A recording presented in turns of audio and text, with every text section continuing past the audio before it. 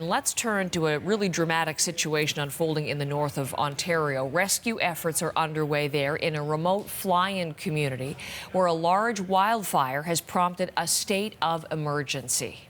It's a huge concern, and if you can put yourself in their shoes for even just a minute and just imagine that a fire is blazing and the smoke is coming at them, it's a scary situation for all of the members, 3,800 members of Pikangikum.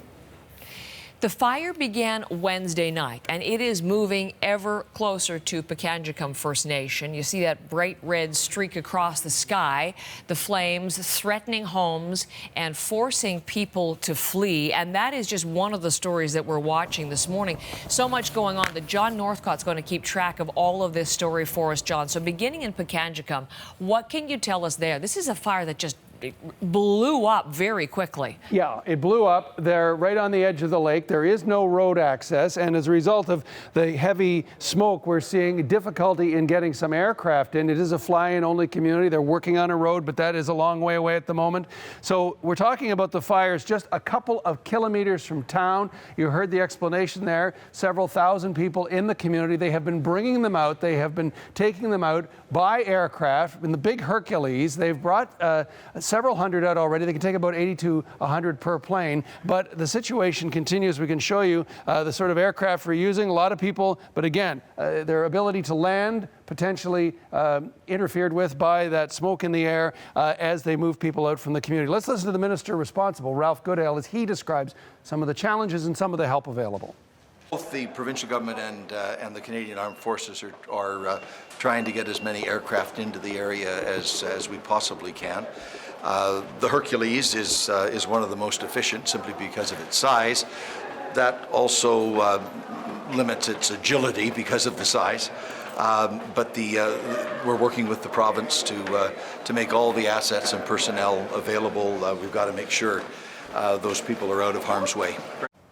And you can see people being taken out of harm's way. They're going to be bringing in Dash 8s as well, Chinook helicopters as well, trying to get into the community. The community that we're talking about, there is no question it is an isolated community. People initially being taken to Thunder Bay. So we have fire, EMS, the community there very much involved, being there on the ground as people get off of those aircraft. But still, this is a challenge the community is rising to. A little note on this, the Pikangikum Rangers. Now, they received a boost, series of special training programs. These are local Indigenous people who are involved in the Canadian Armed Forces Reserve, and the community says that they have been invaluable in this evacuation effort, and they only recently, as this February, had that input and that boost up into that area.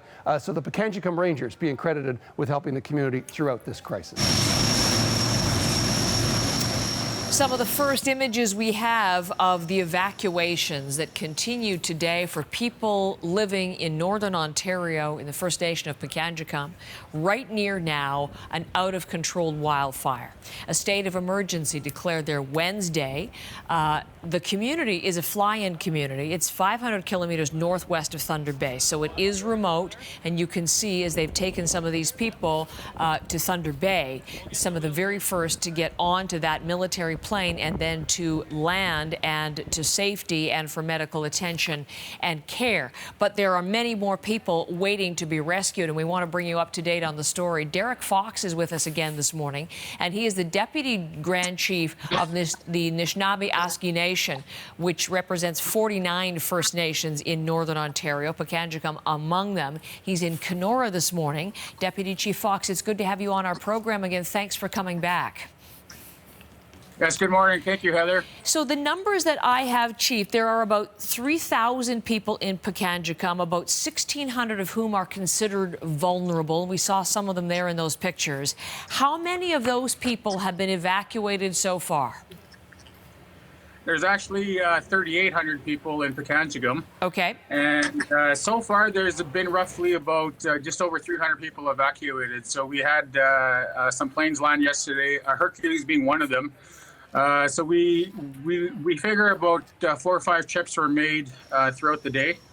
A lot of the concern was the delay of the plane. So the plane was expected to land about 8 a.m. Eastern time. And then it was 10 a.m. and then it was 1 o'clock. And the chief was extremely frustrated with the delay in the evacuation. Well, can we talk about that? Because we happen to notice his tweet. Alvin Fiddler is your Grand Chief. You're his deputy. And his tweet refers to the evacuation as being painfully and frustratingly slow. So you see where he's coming down on all of this. What was responsible for what you perceive as a delay? Well, we don't know. I don't want to allege anything. Like, it was the chief and her leadership who were directly involved with ministry officials, and all I know is that things happen. We don't know exactly what happened with both levels of government. Some kind of delay happened. We don't know why it happened, but she feels, and I'm going by, like, we didn't get to talk about this yet with the chief, but I'm going by some of her posts on social media, which, you know, she's extremely frustrated and she's tired, but she was extremely frustrated with the snail-paced movement with the rescue effort. Because the state of emergency was declared Wednesday, the fire has been growing very quickly from 12 to 400 hectares in just 24 hours. So obviously there is a need. But as we look at these pictures, and you're not going to be able to see them, Chief Fox, but I'm thinking, I mean, are there other factors other than slow government response? Could it have been smoke interfering? Could it have been problems with the runway and getting the planes down in these tiny communities? Are there those sorts of things that may have come into play? Yes, those may have come into play. I'm not an expert at this, and the bottom line for us is that they are being evacuated now. I'm being told that there's a second Hercules being flown in there today, a Dash 8, two Chinook helicopters, and the efforts we believe and we hope will result in that all the evacuees get out of there ASAP today, hopefully. Today, you could get everybody out today if it gets going. Okay. Yeah, if it goes quickly and smoothly, but obviously we want it to go safely, right? Yes. And we saw people arriving in Thunder Bay. I know communities in the north are ready to receive everybody coming from Pikangikum. Are they going to be sent to a number of neighboring communities, or where are they being evacuated to? We know that they're going to Kapuskasing and Thunder Bay, and I want to acknowledge both of those townships for accepting and helping and supporting our evacuees. I know that the people of Pikangikum, they want to be close to home, so we've asked other townships nearby, which are Kenora, Thunder Bay, not Thunder Bay, Fort Francis and Sulikout and Dryden.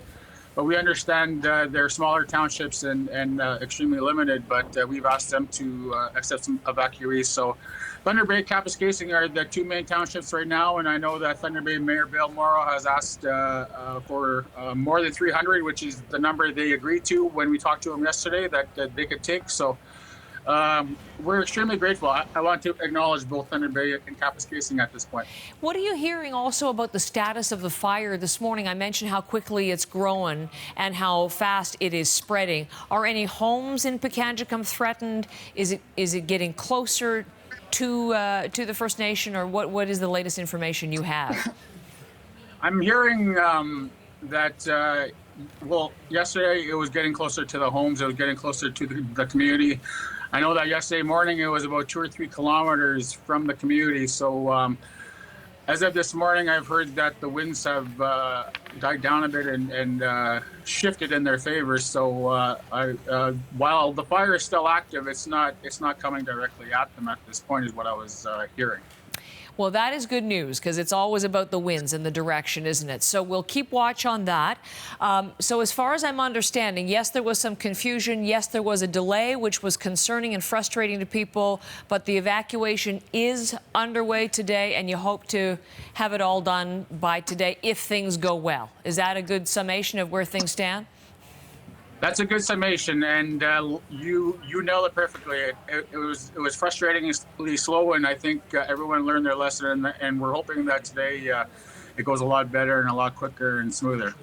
We're going to keep in touch with you there and others up in Pikangikum itself. Thank you very much, though, for the time and information this morning. I always appreciate it. Yes, thank you, Heather.